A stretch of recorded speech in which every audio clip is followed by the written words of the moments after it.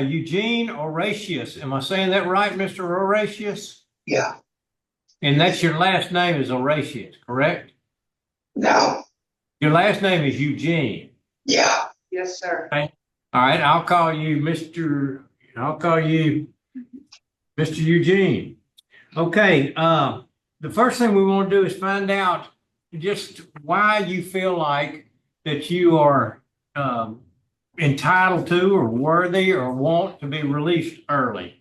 In your own words, tell us what you got to say to the board to try to convince us that you want to be out early. And then we're going to hear from the warden or assistant warden there what kind of fellow you've been in jail. And then we're going to hear from your brother, and then we'll hear from Miss Leona Fitzgerald, who's in opposition with Caddo Victims Assistance. Okay, so begin with, tell us why you feel like that you are worthy and deserving of getting out early.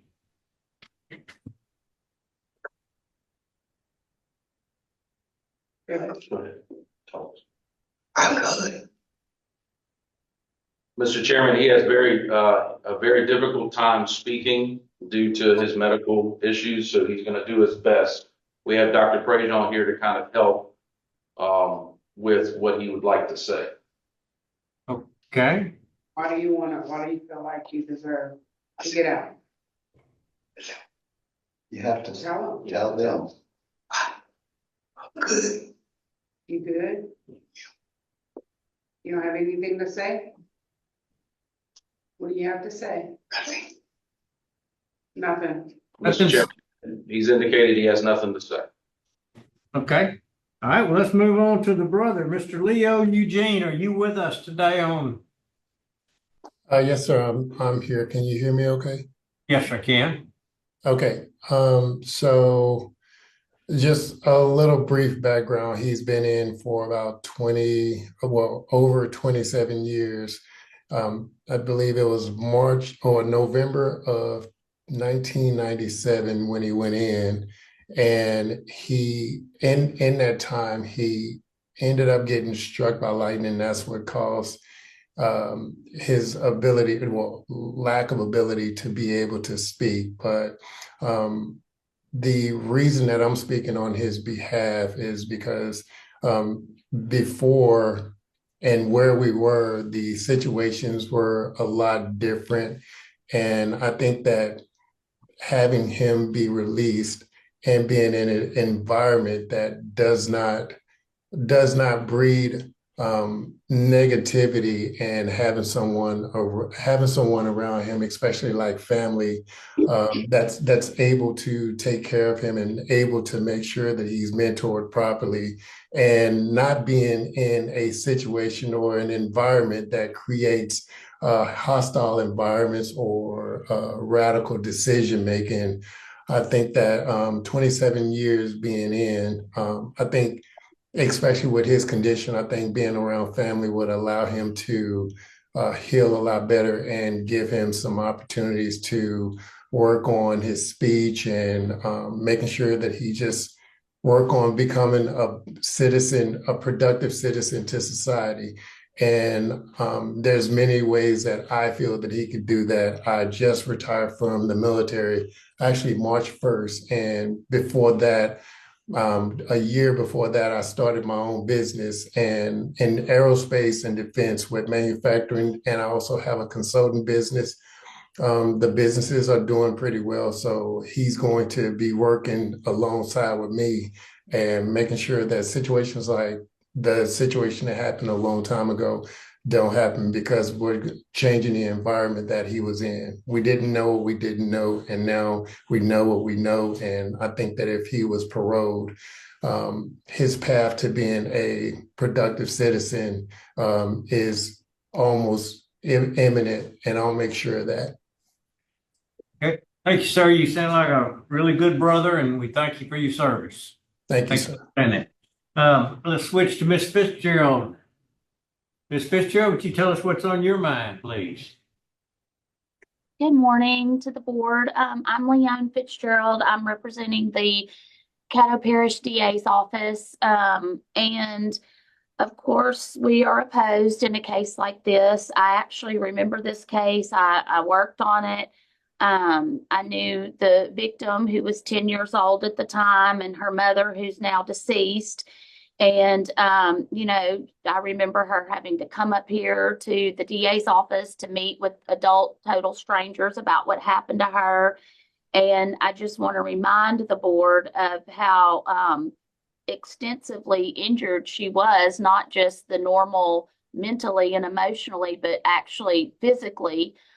She required surgery to repair her genital area after what happened to her at the hands of Mr. Eugene. So this was beyond the norm of what we see. And so at that time, there was no Children's Advocacy Center, so she had to tell her story over and over. Um, Her mother is deceased now, or I feel like she probably would be on here speaking, because her mother reacted very appropriately at the time and was very active in making sure that the prosecution went forward and that the victim got the services that she needed. So I'm more concerned now after hearing what was just said, because I have a lot of concerns about Mr. Eugene's abilities based on his injury and what his brother, Mr. Eugene, says that he would be working alongside him. I mean, is he capable of working? And the fact that he had nothing to say, if that's a result of his disability, then I understand that. But if it's a result of him not bothering to write anything down on paper or communicate anything to the people in the room with him, then I have a real problem with that. And I wonder how he's going to be able to work and have a residence plan and live and do anything that that his brother has described if he can't make any kind of verbal or written statement at his parole hearing. So that we're opposed for certain. Okay, Thank you. thank you for that. And now we'll go back. I intentionally, because he didn't have anything to say, and I had the same concerns. So I saved the part talking to the staff there. Tell us what's going on with this fella, and can he write? And do you think right? Is it just a voice problem? No. In 2009, the history I've received, because I've only been back here 3 years, he was playing basketball, the weather changed, he got struck by lightning. It was a massive electrocution, left him with a massive heart attack, and fried half of his peripheral nervous system and probably part of his brain. So his disability is, and then he was trached. Actually, if I remember correctly, when he came here, they didn't think he was going to survive. But he did survive, and gradually over time, he has recovered some of his function. He's able to do most of his own activities of daily living. He can dress himself, he can feed himself, he can bathe himself. He still uses a walker to ambulate if he has to go long distance, if you will. Part of his speech impediment is dysarthria, is due to the fact that he had a tracheostomy for a very, very long time. Eventually, he was able to recover enough that the tracheostomy was removed, but the scarring and the nerve damage has left him with a limited ability to speak. I'm not a neurologist, I'm just a plain internist, but a lot of it's cognitive as well, that a lot of his communication ability is limited because of this massive electrocution that he suffered.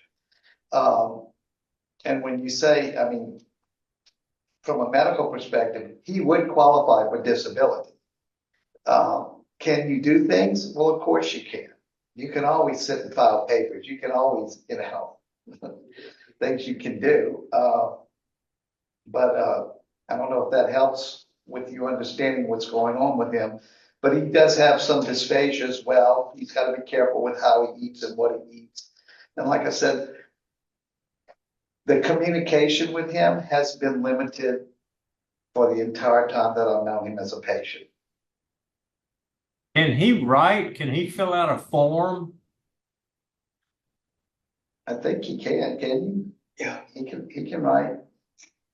So he could have written us a letter about why he deserves to get out if he wanted to.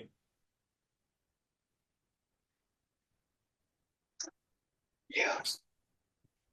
He said yes. Okay. All right. Is it board members, Mr. Tillis?